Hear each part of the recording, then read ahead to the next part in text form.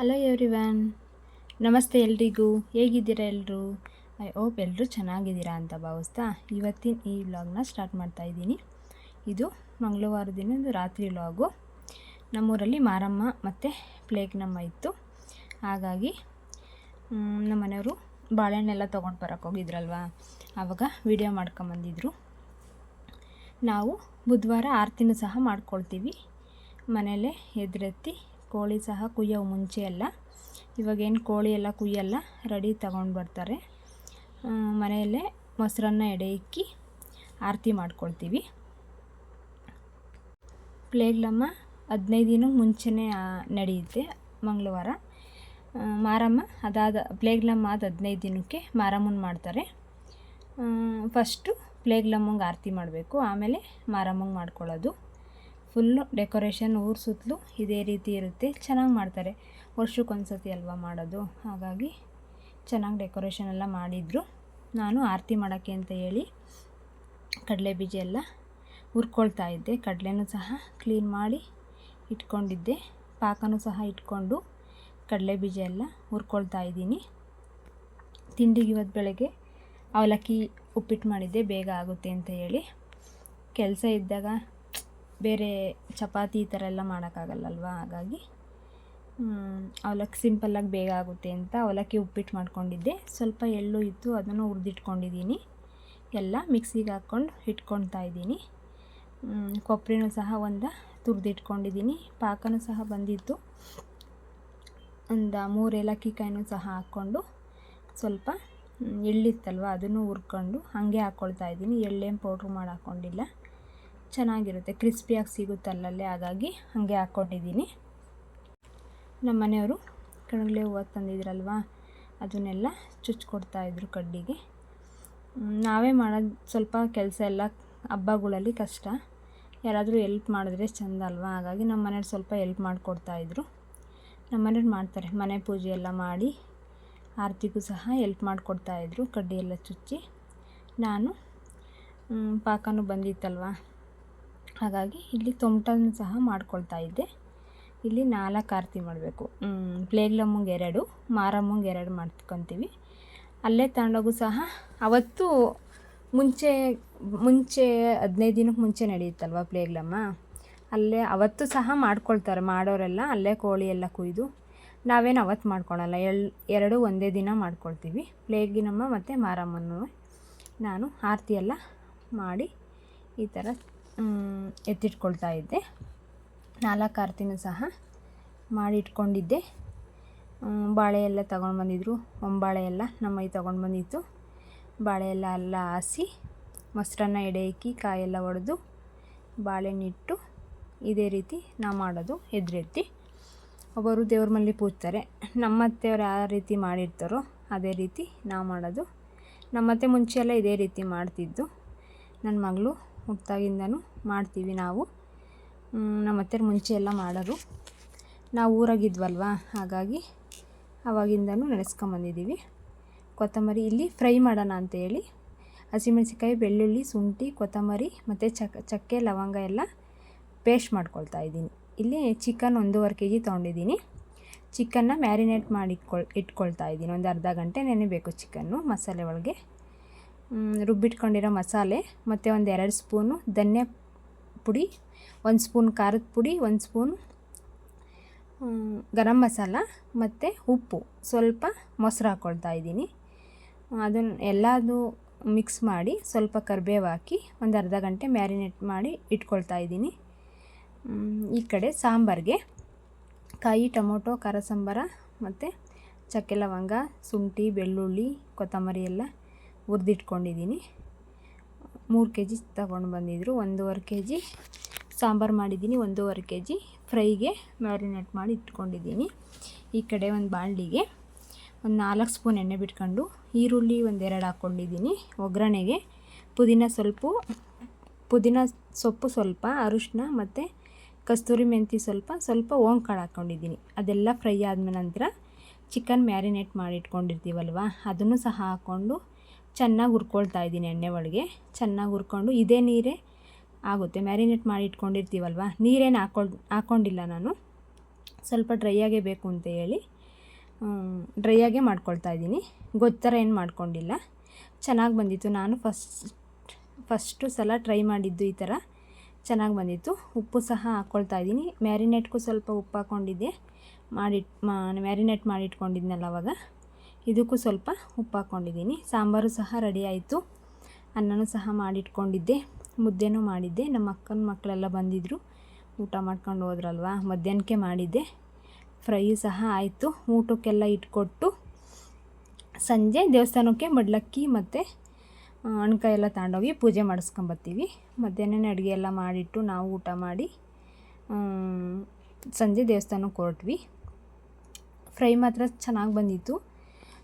ಈ ಮ್ಯಾರಿನೇಟ್ ಮಾಡಿ ಇಟ್ಕೊಂಡ್ರೆ ಮಸಾಲೆ ನೀಟಾಗಿ ಹಿಡಿಯುತ್ತೆ ಚಿಕನ್ಗೆ.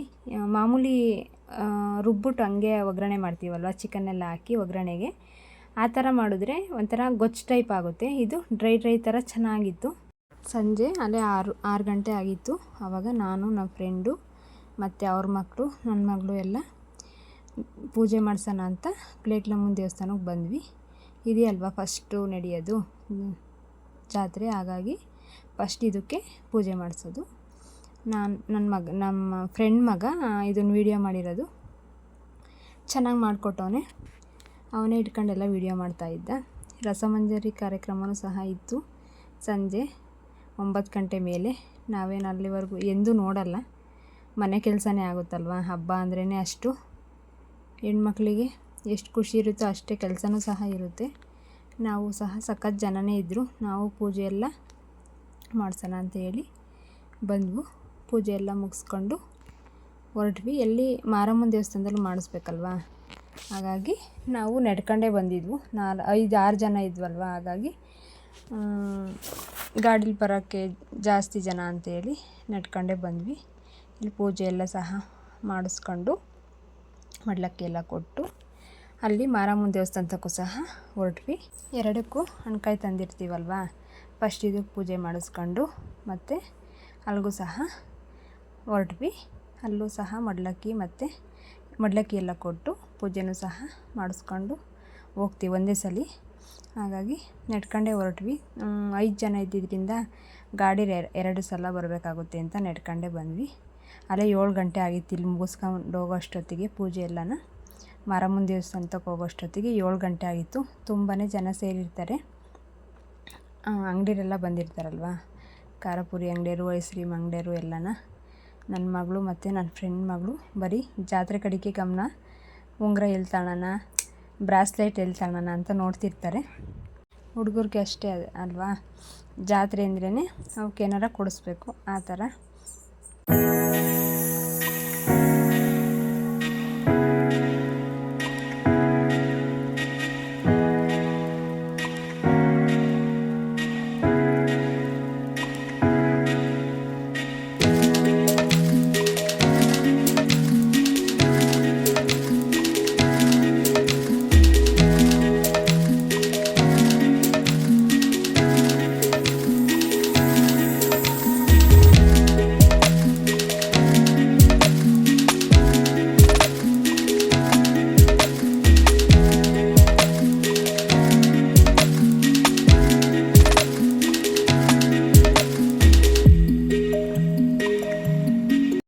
ದೇವಸ್ಥಾನದ ಹತ್ರ ಬಂದ್ವಿ. ಇದು ಊರೊಳಗಡೆ ಅಲ್ವ ಇರೋದು, ಹಾಗಾಗಿ ಪೂಜೆನೂ ಸಹ ಮಾಡಿಸ್ಕೊಂಡು ತುಂಬಾ ಜನ ಇರ್ತಾರೆ. ದೇವ್ರು ನೋಡೋಕ್ಕೂ ಸಹ ಆಗಲ್ಲ, ಅಷ್ಟು ಜನ ಇರ್ತಾರೆ.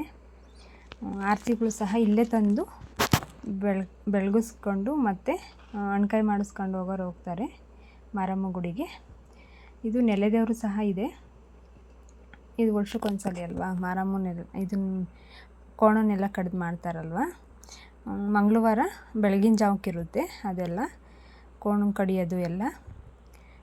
ಇಲ್ಲಿ ನಮ್ಮ ಫ್ರೆಂಡ್ ಮಗಳು ಮತ್ತು ನನ್ನ ಮಗಳು ಉಂಗುರ ಮತ್ತು ಬ್ರಾಸ್ಲೆಟ್ ಥರದ್ದು ಬಂದೈತಲ್ಲ ಇವಾಗ, ಆ ಥರದ್ದೆಲ್ಲ ನೋಡ್ತಾಯಿದ್ರು. ಅದನ್ನು ಸಹ ತೊಗೊಂಡು ಬಂದರು. ಇಲ್ಲಿ ಆರತಿನೂ ಸಹ ಬಂದವು ಅಂತಪುರದವು. ಅವರು ಅಲ್ಲಿಂದನೂ ನಡ್ಕೊಂಡು ಹೊತ್ಕೊಂಡು ಬರ್ತಾರಂತೆ. ಅಲ್ಲಿ 8 ಗಂಟೆ ಆಗಿತ್ತು. ಆರತಿ ತಂದು ಇಲ್ಲೇ ಪೂಜ್ಕೊಂಡು ಹೋಗ್ತಾರೆ ಅವರು ಬೆಳಿಕೊಂಡು. ಹಾಗಾಗಿ ಅಣ್ಕಾಯಿ ಎಲ್ಲ ಮಾಡಿಸ್ಕೊಂಡು ಆರತಿ ಬಂದಿದ್ವಲ್ಲ ಅವನ್ನು ಸಹ ನಾವೆಲ್ಲ ನೋಡಿಕೊಂಡು ಹೊರಟ್ವಿ. ಖಾರ ಪುರಿ ಜಾತ್ರೆ ಅಂದರೆ ಖಾರ ಪುರಿ ಅಂಗಡಿ ಇದ್ದೇ ಇರುತ್ತೆ. ಖಾರ ಪುರಿ ಎಲ್ಲ ತೊಗೊಂಡು ಐಸ್ ಕ್ರೀಮ್ ತಿನ್ನಬೇಕು ಅಂತಿದ್ರು ನನ್ನ ಮಕ್ಕಳು, ನಮ್ಮ ಫ್ರೆಂಡ್ ಮಕ್ಕಳು ಎಲ್ಲ. ಬೇಕ್ರಿಗೆ ಹೋಗಿ ಅಲ್ಲೇನು ತೊಗೊಳ್ಲಿಲ್ಲ ಐಸ್ ಕ್ರೀಮ, ಬೇಕ್ರಿಗೆ ಹೋಗಿ ತೊಗೊಂಡ್ವಿ. ಈ ತಾತ ಖಾರ ಪುರಿ ತೊಗೊಂಬರ್ರಿ ಅಂತ ಕೂಗ್ತಾಯಿತ್ತು. ನಾವು ಅಲ್ಲೇ ತೊಗೊಂಡಿದ್ವಲ್ವ. ಇಲ್ಲಿ ಬಂದರು. ಇಲ್ಲೂ ಸಹ ಈ ಬ್ರಾಸ್ಲೆಟ್ಗಳೆಲ್ಲ ಬರ್ತಾವಲ್ಲ ಅವನ್ನೇ ನೋಡ್ತಾಯಿದ್ರು. ಯಾವ್ಯಾವ ಡ್ರೆಸ್ಸಿಗೆ ಯಾವ್ಯಾವ ಥರ ಬ್ರಾಸ್ಲೆಟ್ ಕಲರ್, ಎಲ್ಲ ಕಲರ್ಸು ಇದ್ವು. ಎಲ್ಲ ತೊಗೊತಾಯಿದ್ರು ಹುಡುಗರೆಲ್ಲ. ಅದೆಲ್ಲ ಮುಗಿಸ್ಕೊಂಡು ಹೊರಟು ಬಸ್ ಸ್ಟ್ಯಾಂಡಿಗೆ ಬಂದವು. ಅಲ್ಲಿ ಐಸ್ ಕ್ರೀಮ್ ತೊಗೊಳ್ಳೋಣ ಅಂತೇಳಿ ಬೇಕ್ರಿಗೆ ಬಂದವು. ಬೇಕ್ರಿಯಲ್ಲೆಲ್ಲ ಐಸ್ ಕ್ರೀಮ್ ತೊಗೊಂಡು ಇಲ್ಲಿ ಯಾವುದೋ ದೇವರು ಸಹ ಬರ್ತಾಯಿತ್ತು. ಟ್ಯಾಕ್ಟ್ರಿ ಮೇಲೆ ಮೆರವಣಿಗೆ ಸಹ ಬರ್ತಾಯಿದ್ರು. ಅದನ್ನು ಸಹ ನೋಡಿಕೊಂಡು ಹೊರಟ್ವಿ.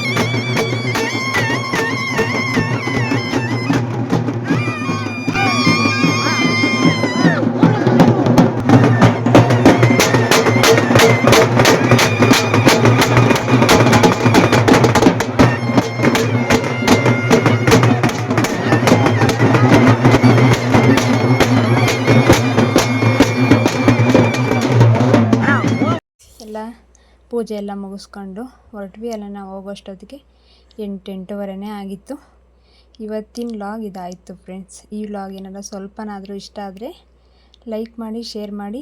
ನನ್ನ ಚಾನಲ್ ಯಾರಿನ್ನೂ ಸಬ್ಸ್ಕ್ರೈಬ್ ಮಾಡ್ಕೊಂಡಾಗ ನೋಡ್ತಿದ್ದೀರಾ, ಪ್ಲೀಸ್ ಸಬ್ಸ್ಕ್ರೈಬ್ ಮಾಡ್ಕೊಂಡು ಸಪೋರ್ಟ್ ಮಾಡಿ.